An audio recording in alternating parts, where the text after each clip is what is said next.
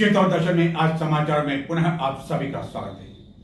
नजर डालते हैं आज के समाचारों की ओर। जौहर समर्थी संस्थान चित्तौड़गढ़ के अध्यक्ष समेत 6 पदों के लिए 31 मई रविवार को प्रातः 8 बजे से दोपहर 3 बजे तक मतदान होगा।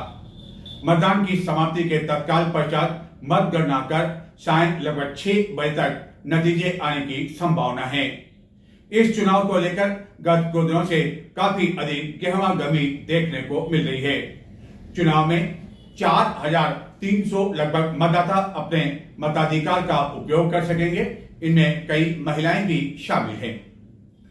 चित्तौड़गढ़ के जिला पुलिस अधीक्षक धर्मेंद्र सिंह ने गत दिनों पदभार ग्रहण किया था और पदभार ग्रहण करने के बाद शनिवार को उन्होंने अपनी पहली अपराध गोष्ठी ली। इस अपराध गोष्ठी में जिले भर से आए थानाधिकारी मौजूद थे एवं पुलिस उपाधीक्षक के साथ ही एडिशनल एसपी भी मौजूद थे। और इस पहली अपराध गोष्ठी में पुलिस अधीक्षक ने स्पष्ट कर दिया कि संपूर्ण जिले में अपराधियों को बख्शा नहीं दिया जाएगा और उनके खिलाफ सख्त से सख्त कार्रवाई करने का भी उन्होंने निर्देश दिया। जिला पुलिस अधीक्षक के रूप में गत दिनों धर्मेंद्र सिंह द्वारा पदभार ग्रहण करने के पश्चात पहली बार शनिवार को पुलिस लाइन सभागार में जिले के समस्त पुलिस अधिकारियों, अतिरिक्त पुलिस अधीक्षक, वृत्त अधिकारियों एवं थाना अधिकारियों की उपस्थिति में अपराध गोष्ठी आयोजित की गई। गोष्ठी के दौरान पुलिस अधीक्षक ने कानून व्यवस्था, अपराध नियंत्रण एवं पुलिसिंग व्यवस्था की विस्तृत समीक्षा की एवं उन्होंने स्पष्ट किया कि जिले में आतंक अपराधियों, स्थायी वारंटियों एवं असामाजिक तत्वों के विरुद्ध प्रभावी एवं सख्त कार्रवाई सुनिश्चित की जाए। उन्होंने कहा कि अपराधियों में कानून का भय स्थापित करना पुलिस की प्राथमिकता है तथा किसी भी प्रकार की आपराधिक गतिविधियों को बर्दाश्त नहीं किया जाएगा। पुलिस अधीक्षक ने यह भी निर्देश दिए कि मादक पदार्थ तस्करी, अवैध हथियार, संगठित अपराध एवं अन्य गंभीर अपराधों में संलिप्त अपराधियों द्वारा अर्जित की गई संपत्तियों का चिन्हीकरण नियमानुसार उन्हें फ्रीज एवं जब्त करने की कार्रवाई भी की जाए। एक पिता का दर्द उस समय छलक उठा जबकि लगभग 1.5 वर्ष पहले उसकी एक पुत्री ने परिजनों की इच्छा के बिना लव मैरिज कर ली और यह दर्द उस समय और अधिक आंसुओं के रूप में तब्दील हो गया जबकि कुछ दिनों पहले ही उसकी एक और पुत्री ने भी लव मैरिज कर ली, जिसके बाद आखिरकार पिता का दिल टूट पड़ा, परिजनों का दिल भी टूट गया और पिता ने अपनी दोनों जिंदा पुत्रियों की शोक पत्रिका भी प्रकाशित करवा दी और उसे समाज में वितरित भी करा दी। यही नहीं, यह शोक पत्रिका मिलने के बाद समाज जन उस पिता के घर बैठने भी आ रहे हैं जिनकी दोनों पुत्रियां जिंदा तो है लेकिन पिता के लिए वह मर चुकी है। एवं इस शोक पत्रिका में आगामी 4 जून को एक कार्यक्रम की भी बात कही गई है। एक पिता अपने बच्चों को कई उम्मीदों के साथ बड़ा करता है। परिवारजन उनकी परवरिश करते हैं और यह उम्मीद करते हैं कि चाहे पुत्र हो या पुत्री हो, जब बड़े होंगे तो उनकी उम्मीदों पर खरा उतरेंगे। लेकिन जब उम्मीदों पर खरा नहीं उतरते हैं तो चाहे माँ हो, पिता हो, परिवार के सदस्य हों, उनका दिल टूट जाता है। ऐसा ही कुछ हुआ चित्तौड़गढ़ जिले के कपासन थाना क्षेत्र के एक गांव में, जहां 2 बहनों द्वारा परिजनों की इच्छा के विपरीत लव मैरिज कर ली, जिस पर न केवल पिता बल्कि पूरे परिवार के सदस्यों का दिल टूट गया। पिता ने दोनों बेटियों की न केवल शोक पत्रिका छपवा दी बल्कि आगामी 4 जून को सामाजिक शोक कार्यक्रम आयोजित किए जाने के साथ ही घर के बाहर टेंट लगाकर शोक बैठक भी लगा दी, जहां कई जने संवेदना व्यक्त करने के लिए भी आ रहे हैं। कपासन थाना क्षेत्र में एक युवती ने लगभग 1.5 वर्ष पहले परिजनों की सहमति के बिना अपनी पसंद से शादी कर ली, जिसके बाद गत दिनों जब उसकी छोटी बहन ने भी परिजनों की इच्छा के विपरीत शादी कर ली तो पिता और परिवार के सदस्यों का दिल टूट गया। परिजनों को काफ़ी आघात लगा और उन्होंने दोनों पुत्रियों को सामाजिक रूप से मृत मानते हुए उनकी शोक पत्रिका छपाकर समाज जनों में, ग्रामीण जनों में वितरित भी कर दी। यही नहीं, दोनों पुत्रियों के जिंदा होने के बावजूद समाज जन उनके घर शोक संवेदना व्यक्त करने पहुंच भी रहे। शोक पत्रिका में 4 जून को सामाजिक शोक कार्यक्रम आयोजित करने की जानकारी दी गई है। जीवित गौरनी पत्रिका में कहा गया कि उनकी दोनों पुत्रियों के बिना बताए घर से जाने के कारण परिवार की तरफ से 29 मई को स्वर्गवास हो गया, जिनकी जीवित पीहर गौरनी 4 जून को रखी गई है। पत्रिका में स्थान के साथ ही शोकाकुल में परिजनों के नाम का उल्लेख करते हुए दोनों पुत्रियों के फोटो भी दिए गए हैं। शोक संवेदना व्यक्त करने आ रहे समाज के कई लोगों का भी कहना है कि आखिरकार इस तरह पिता का दिल टूट जाता है, फिर चाहे कोई भी पिता हो, तो उनके द्वारा इस तरह का कदम निश्चित रूप से नहीं चाहते हुए भी उठाना पड़ता है। पिता के अनुसार उसने अपनी दोनों पुत्रियों को समझाने की कोशिश की, अपने आंसू भी बहाए और उनके सामने विनती भी की कि वह परिजनों की इच्छा के बिना लव मैरिज न करें, वह पूरी तरह से टूट जाएंगे। लेकिन पहले बड़ी बेटी ने उनका दिल तोड़ दिया और बाद में छोटी बेटी ने। चित्तौड़गढ़ समेत पूरे राजस्थान में इन दिनों समर्थन मूल्य पर गेहूं, चना, सरसों को खरीदने का काम चल रहा है। यह अवधि 31 मई को रविवार को समाप्त होने जा रही है, लेकिन चित्तौड़गढ़ जिले में अभी भी ऐसे कई काश्तकार हैं जिन्होंने समय पर गेहूं की खरीद को लेकर पंजीकरण तो करवा दिया, लेकिन उनका नंबर अब तक नहीं आ पाया है। और यदि सरकार द्वारा यह तोल अवधि नहीं बढ़ाई जाती है तो ऐसे कई काश्तकारों को बाजार में कम मूल्य पर अपनी फसल बेचने के लिए मजबूर होना पड़ सकता है।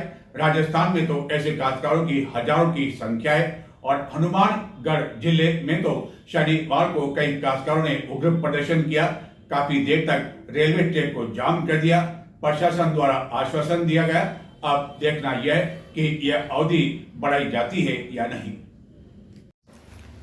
सरकार द्वारा इन दिनों समर्थन मूल्य पर चित्तौड़गढ़ समेत पूरे राजस्थान में गेहूं, चना एवं सरसों की तौल का काम किया जा रहा है, जिसकी आखिरी तारीख 31 मई रविवार को समाप्त होने जा रही है। लेकिन सरकार द्वारा यह तारीख नहीं बढ़ाई जाती है तो चित्तौड़गढ़ जिले समेत राजस्थान के हजारों काश्तकारों को समर्थन मूल्य से कम बाजार में अपनी फसल बेचने के लिए मजबूर होना पड़ सकता है। इस अवधि को बढ़ाए जाने की मांग को लेकर हनुमानगढ़ जिले में किसानों का आंदोलन उग्र भी हो गया, जिन्होंने शनिवार को लगभग 1 घंटे तक रेलवे ट्रैक को भी जाम कर दिया। सरकार ने समर्थन मूल्य पर गेहूं खरीद का जो लक्ष्य निर्धारित किया था वह लगभग पूरा हो चुका है। इस वर्ष चित्तौड़गढ़ समेत पूरे राजस्थान में गेहूं की बम्पर पैदावार होने के कारण कई काश्तकारों के पास काफ़ी अधिक गेहूं रखा हुआ है एवं बाजार में समर्थन मूल्य के मुकाबले कम मूल्य होने की वजह से काश्तकार बाजार में गेहूं को नहीं बेच पा रहे हैं। हालांकि सरसों का समर्थन मूल्य कम होने से अधिकांश काश्तकारों ने इसे बाजार में बेच दिया है। चित्तौड़गढ़ जिले में चित्तौड़गढ़ स्थित खरीद केंद्र की यदि बात की जाए तो अब तक 1014 काश्तकार 48,600 चने के बैग का तौल करवा चुके हैं, यानी कि कट्टों का तौल हो चुका है, जबकि 205 काश्तकारों द्वारा 64,000 गेहूं के कट्टे का भी तौल करवाया जा चुका है। गत 1 अप्रैल से यह तौल केंद्र आरंभ हुआ था, जिसके लिए जिन काश्तकारों ने समय पर अपनी फसल गेहूं के लिए पंजीकरण करवा दिया, उनमें 1575 ऐसे काश्तकार अभी भी बाकी हैं जिनके गेहूं का तौल होना बाकी है। और यदि अवधि बढ़ाई नहीं जाती है तो केवल शेष रहे एक दिन, यानी कि 31 मई रविवार को केवल 8-10 काश्तकारों का ही तौल संभव है। ऐसी स्थिति में काश्तकारों को समझ में नहीं आ रहा है कि वह क्या करें। यह संख्या केवल चित्तौड़गढ़ इसी तौल केंद्र की है, संपूर्ण जिले में बड़ी संख्या में ऐसे काश्तकार हैं। गत वर्ष 3 महीने तक तौल का कार्य हुआ था, लेकिन इस वर्ष घटाकर 2 महीने कर दिए। गेहूं को समर्थन मूल्य पर बेचने के लिए तौल को लेकर कोई लिमिट तय नहीं की गई है, लेकिन एक काश्तकार अधिकतम 40 क्विंटल ही चना बेच सकता था, जिसके कारण समर्थन मूल्य पर पंजीकरण करवाने वाले लगभग सभी काश्तकार अपनी चने की फसल को बेच चुके हैं। इस वर्ष बम्पर पैदावार होने के कारण चित्तौड़गढ़ के सेगवा मार्ग स्थित वेयर हाउस गेहूँ से भर जाने के कारण अब तौल केंद्र से गेहूँ को चित्तौड़गढ़ के चंदेरिया स्थित एफसीआई गोदाम में भेजा जा रहा है, लेकिन यह भी भरने वाला है, जिसको देखते हुए भेड़ा मार्ग पर किराए पर एक और बड़ा गोदाम गेहूं को रखने के लिए लिया गया है। संपूर्ण जिले से गेहूं की तुलाई के बाद यह चित्तौड़गढ़ भिजवाया जा रहा है, जबकि चना अलग अलग क्षेत्रों में विभिन्न स्थानों पर रखवाया जा रहा है। और अब चित्तौड़गढ़ समेत संपूर्ण राजस्थान के काश्तकारों की निगाहें सरकार पर टिकी हुई है कि वह समर्थन मूल्य पर फसल बेचने की अवधि जो 31 मई समाप्त होने जा रही है उसको कुछ दिनों के लिए बढ़ाती है या नहीं। न केवल कांग्रेस बल्कि भाजपा के जनप्रतिनिधि भी सरकार से यह तौल अवधि बढ़ाए जाने की मांग कर चुके हैं, लेकिन सरकार के लिए परेशानी यह है कि लक्ष्य लगभग पूरा हो चुका है, तो वह गेहूँ रखे तो कहाँ रखे। चित्तौड़गढ़ के चंदेरिया क्षेत्र में स्थित ESIC की ब्रांच मैनेजर को 10,000 रुपये की रिश्वत लेने के आरोप में भ्रष्टाचार निरोधक ब्यूरो उदयपुर की इकाई ने गिरफ्तार कर लिया। एक एक्सीडेंट क्लेम को पास करने के लिए ब्रांच मैनेजर ने 50,000 रुपये की रिश्वत की मांग एक परिवादी से की थी। इस पर 40,000 रुपये की राशि उसे दे भी दी, लेकिन 10,000 रुपये की राशि के लिए उसे लगातार परेशान किया जाता, जिस पर उसके द्वारा शिकायत किया गया और बाद में ब्रांच मैनेजर को रंगे हाथों ट्रैप कर लिया गया। भ्रष्टाचार निरोधक ब्यूरो उदयपुर की टीम द्वारा शनिवार को चित्तौड़गढ़ के चंदेरिया क्षेत्र में स्थित कर्मचारी राज्य बीमा निगम की ब्रांच मैनेजर को 10,000 रुपये की रिश्वत लेते हुए रंगे हाथों गिरफ्तार कर लिया। यह राशि एक्सीडेंट क्लेम से जुड़ी एक फाइल को पास करने के बदले परिवादी से मांगी जा रही थी। भ्रष्टाचार निरोधक ब्यूरो की उदयपुर इकाई को एक परिवादी द्वारा इस आशय की शिकायत की गई कि चित्तौड़गढ़ के चंदेरिया क्षेत्र में स्थित कर्मचारी राज्य बीमा निगम की ब्रांच मैनेजर संदीपा बोहरा द्वारा एक्सीडेंट क्लेम से जुड़ी एक फाइल का पास करने के लिए 50,000 रुपये बतौर रिश्वत की मांग की गई। 40,000 रुपये की राशि वह दे चुका है, लेकिन इसके बावजूद 10,000 रुपये की और राशि देने के लिए उसे परेशान किया जा रहा है। इस पर ब्यूरो द्वारा रंगे हाथों पकड़ने के लिए जाल बिछाया गया और शनिवार को 10,000 रुपये की राशि लेते हुए ब्रांच मैनेजर को रंगे हाथों ट्रैप कर लिया एवं ब्यूरो द्वारा अब उसके आवास एवं विभिन्न स्थानों पर भी दबिश दी जा रही है। परिवादी के अनुसार गत कई समय से उसे परेशान किया जा रहा था। चित्तौड़गढ़ जिले के बड़ी शादी विधायक और सहकारिता मंत्री गौतम दत्त का एक ऑडियो जो कि गत दिनों वायरल हो गया, जिसको लेकर इन दिनों सोशल मीडिया पर काफी अधिक चर्चा चल रही है और लोग कई तरह की प्रतिक्रिया भी दे रहे हैं। समर्थन में भी कई तरह की प्रतिक्रिया आ रही है, तो विपक्ष में भी प्रतिक्रिया आ रही है और विपक्ष को बैठे बिठा एक मुद्दा मिल गया। लेकिन गौतम दत्त को शनिवार को उस समय एक काफी बड़ी राहत वाली खबर आई, जबकि भाजपा प्रदेश अध्यक्ष मदन राठौड़ ने यह कहकर उन्हें क्लीन चिट दे दी कि वह स्वयं गौतम दत्त को जानते हैं और उनकी भाषा से अच्छी तरह से परिचित है। उन्हें नहीं लगता है कि उन्होंने इस तरह की भाषा का उपयोग किया होगा और उन्हें गुस्सा कुछ आ गया होगा, यह बात अलग है। लेकिन कुल मिलाकर भाजपा प्रदेश अध्यक्ष ने इस पूरे मामले को लेकर सहकारिता मंत्री को क्लीन चिट दे दी। वहीं इस घटनाक्रम के बाद सहकारिता मंत्री ने शनिवार को डुंगला में जन सुनवाई की। जन सुनवाई के दौरान बड़ी संख्या में भाजपा कार्यकर्ता मौजूद थे एवं सहकारिता मंत्री ने बाद में एक अन्य कार्यक्रम में भी भाग लिया एवं किसी तरह का कोई तनाव उनके चेहरे पर देखने को नहीं मिला। चित्तौड़गढ़ जिले के बड़ी शादरी के विधायक एवं सहकारिता मंत्री गौतम दत्त का एक कथित ऑडियो जब से वायरल हुआ है, तब से सोशल मीडिया पर इसको लेकर काफ़ी अधिक वार छिड़ चुका है। गौतम दत्त के कई समर्थक यह कहने में लगे हुए हैं कि उनके द्वारा जो कदम उठाया गया वह सही था एवं बिना जांच के उन पर किसी तरह का आरोप नहीं लगाया जा सकता है। वहीं कई जने पुलिस अधीक्षक की कार्य प्रणाली की भी इस पूरे मामले को लेकर प्रशंसा कर रहे हैं। इस वार के बीच भाजपा जिलाध्यक्ष मदन राठौड़ ने शनिवार को सहकारिता मंत्री को एक बड़ी राहत दी। एवं यह कहा जा सकता है कि उन्हें इस पूरे मामले में यह कहते हुए क्लीन चिट दे दी कि वह उन्हें अच्छी तरह से जानते हैं। यह ऑडियो वायरल होने के बाद लगातार सोशल मीडिया पर इसको लेकर चर्चा है।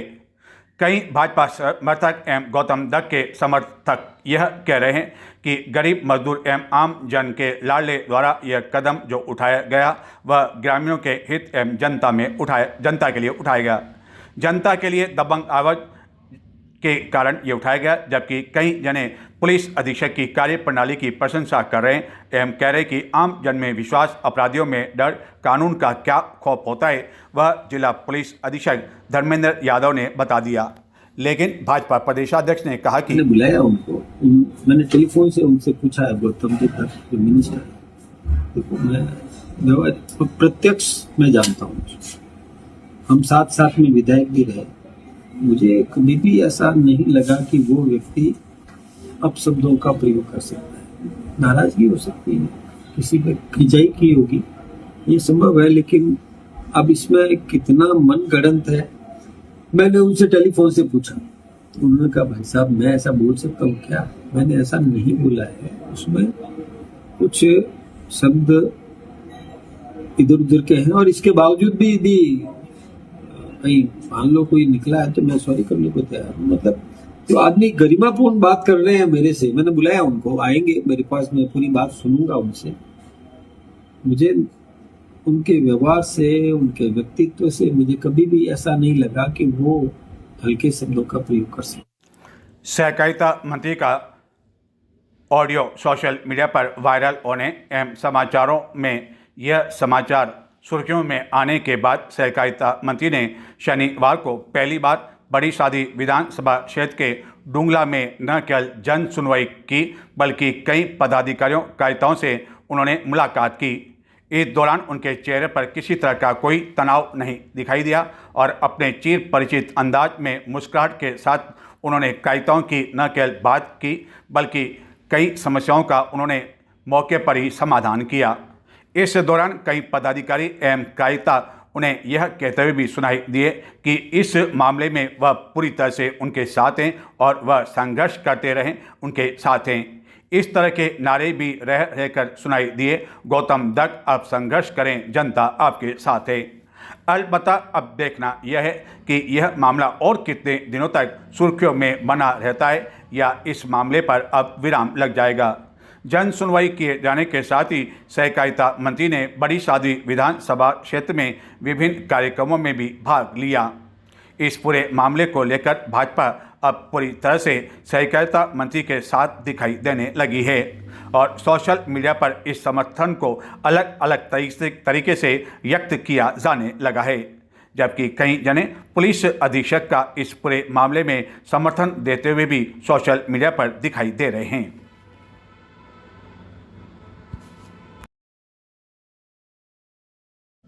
चित्तौड़गढ़ के समीप बस्सी में स्थित नवकुंडी महायज्ञ का शुभारंभ शनिवार को हुआ। 2 दिवसीय इस कार्यक्रम के पहले दिन आयोजित कलश यात्रा में बड़ी संख्या में महिलाओं ने भी भागीदारी निभाई। चित्तौड़गढ़ के समीप स्थित बस्सी कस्बे में शनिवार को नवकुंडी गायत्री महायज्ञ का शुभारंभ कलश यात्रा के साथ हुआ। गायत्री शक्तिपीठ चित्तौड़गढ़ और बस्सी के ग्राम वासियों के संयुक्त तत्वाधान में आयोजित इस कार्यक्रम से पूरे क्षेत्र का माहौल आध्यात्मिक और भक्तिमय हो गया। कलश यात्रा शनिवार प्रातः सीनियर सेकेंडरी स्कूल से आरंभ हुई। कलश यात्रा में महिलाएं पारंपरिक परिधानों में अपने सिर पर मंगल कलश धारण किए चल रही थी। पीले वस्त्रों में गायत्री परिवार के कार्यकर्ता, श्रद्धालु और ग्रामीण प्रज्ञा गीतों एवं बैंड बाजों की सुमधुर धुनों पर उत्साह के साथ शामिल हुए। इस दौरान पंडित श्री राम शर्मा आचार्य और माता भगवती देवी शर्मा की तस्वीर बग्घी पर रखी हुई थी। यह कलश यात्रा विभिन्न मार्गों से गुजरती हुई यज्ञ स्थल पहुंची, जहां पुष्प वर्षा कर अभिनंदन किया गया। इसके पश्चात तुलसी राम और गायत्री शक्तिपीठ परिवार चक्र जय प्रकाश द्वारा वैदिक मंत्रों के चार के साथ कलशों का विधिवत पूजन कराया गया। एक औद्योगिक प्रतिष्ठान द्वारा चित्तौड़गढ़ जिले के बड़ी शादी कस्बे में अपशिष्ट पदार्थ डाले जाने के विरोध में बड़ी सादरी में शनिवार को लोगों द्वारा विरोध प्रदर्शन किए जाने के साथ ही चक्का जाम किया गया। इस दौरान बाजार पूरी तरह से बंद रहे एवं इस दौरान सहकारिता मंत्री गौतम दत्त भी धरना स्थल पर पहुंचे एवं उन्होंने आश्वासन दिया कि जो पदार्थ डाला गया है उसे अगले एक सप्ताह में हटा दिया जाएगा। इसके बाद यह धरना समाप्त हुआ, लेकिन चेतावनी दी गई कि 7 जून तक यह अपशिष्ट पदार्थ जो डाला गया है नहीं हटाया गया तो बड़ा आंदोलन किया जाएगा। चित्तौड़गढ़ जिले के बड़ी सादरी कस्बे में एक औद्योगिक प्रतिष्ठान हिंदुस्तान जिंक द्वारा अपशिष्ट पदार्थ डाले जाने के बाद लोगों में काफ़ी अधिक गुस्सा एवं आक्रोश व्याप्त है, जिनके द्वारा शनिवार को धरना प्रदर्शन किए जाने के साथ ही चक्का जाम किया गया। इस दौरान बड़ी संख्या में कई लोग घंटाघर चौराहे पर एकत्रित हुए एवं प्रशासन पर अपशिष्ट पदार्थ हटाने में हो रही देरी को लेकर आक्रोश व्यक्त किया गया। इस दौरान बड़ी सादरी लगभग पूरी तरह से बंद रहा एवं संघर्ष समिति के सदस्यों के अनुसार यह आंदोलन किसी व्यक्ति या संगठन का नहीं है, बल्कि पूरे नगर के स्वास्थ्य और भविष्य की रक्षा का आंदोलन है और इस मलबे को जल्दी नहीं हटाया गया तो एक बड़ा आंदोलन किया जाएगा। धरने एवं प्रदर्शन के बीच बड़ी सादरी के विधायक एवं सहकारिता मंत्री गौतम दत्त भी पहुंचे एवं उन्होंने आश्वासन दिया कि इस अपशिष्ट पदार्थ को जल्दी से जल्द हटा दिया जाएगा। इस बारे में प्रशासन को आवश्यक दिशा निर्देश प्रदान कर दिए हैं एवं उन्होंने एक सप्ताह में इसे हटाने की पूरी प्रक्रिया करने का आश्वासन दिया, जिसके बाद हाल फिलहाल धरना प्रदर्शन समाप्त कर दिया गया। लेकिन यह भी चेतावनी दी गई कि 7 जून तक इसे यदि नहीं हटाया जाता है तो विशाल महाधरना, चक्का जाम और अनिश्चितकालीन बंद किया जाएगा। वहीं समिति के सदस्यों ने अपशिष्ट पदार्थ डालने के जिम्मेदार ठेकेदार एवं लोगों के खिलाफ भी कानूनी कार्रवाई की मांग की। अपशिष्ट पदार्थ यहाँ इस नगर के आसपास और डाला गया है, मुझे जानकारी मिली थी और जिस दिन जानकारी मिली उसके अगले दिन ही जयपुर से मैं स्पेशल यहाँ सभी के बीच में आपके पास आया था। यहाँ से हम सब कार्यकर्ता और सब लोग वहाँ उस स्पॉट पर भी जाकर के आए, प्रशासन के सब लोग भी मेरे साथ थे और हमने उस दिन सभी प्रशासन के सभी लोगों को उसी दिन कहा था कि आप किसी से भी बात करें और बात करके इसको जल्द से जल्द आप उसका निस्तारण करें। और मैंने उसी दिन उनसे कहा था कि आज से ही काम प्रारंभ हो जाना चाहिए। आज से उस दिन शायद स्टार्ट हुआ थोड़ा सा, उसके बाद सेकंड दिन वापस धरना था और तीसरे दिन शायद धरने में मुझसे बात करवाई थी। और उस दिन मैंने ये कहा था कि 10 दिन जो मुझे बताया प्रशासन ने, 10 दिन के अंदर अंदर ये धरना, ये जो अपशिष्ट पदार्थ है वो हट जाएंगे।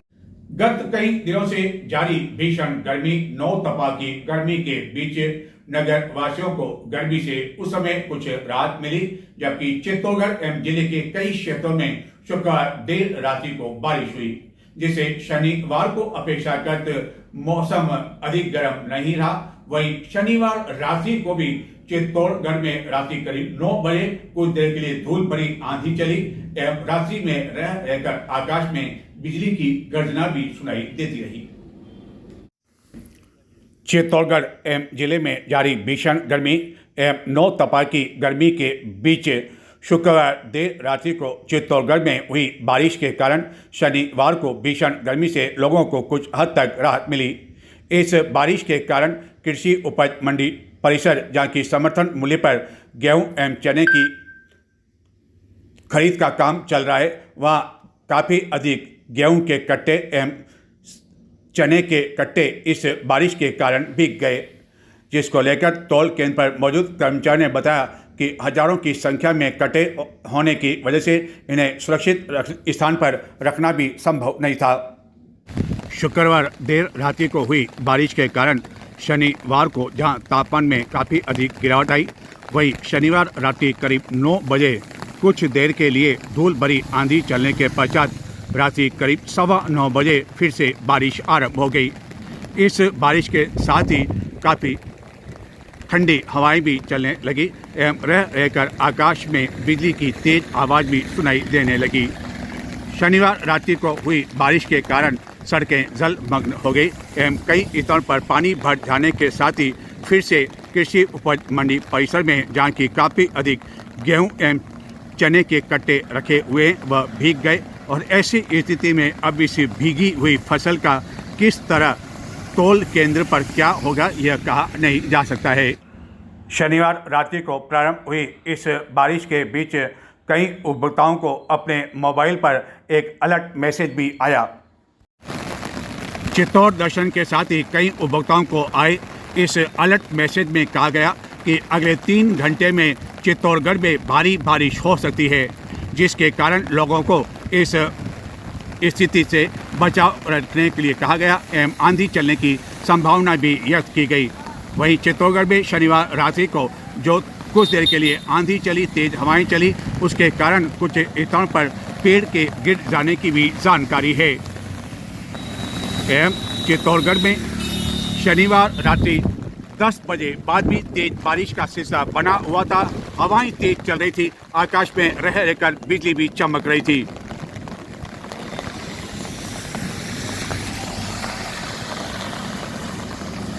यह बेमौसम बारिश जरूर हुई है, लेकिन कम से कम इस भीषण गर्मी से राहत मिली है। अब देखने वाली बात यह है कि आगामी 2 जून तक इसी तरह का मौसम का उतार चढ़ाव बना रहने की जो संभावना व्यक्त की जा रही है, उसके पश्चात जब बारिश का दौर रुक जाएगा बेमौसम, तो क्या फिर से जो है तेज गर्मी का सामना लोगों को करना पड़ेगा, यह 2 जून के पश्चात ही पता चल सकेगा। लेकिन शनिवार रात्रि को चित्तौड़गढ़ के साथ ही आसपास क्षेत्रों में भी इसी तरह बारिश होने की जानकारी है।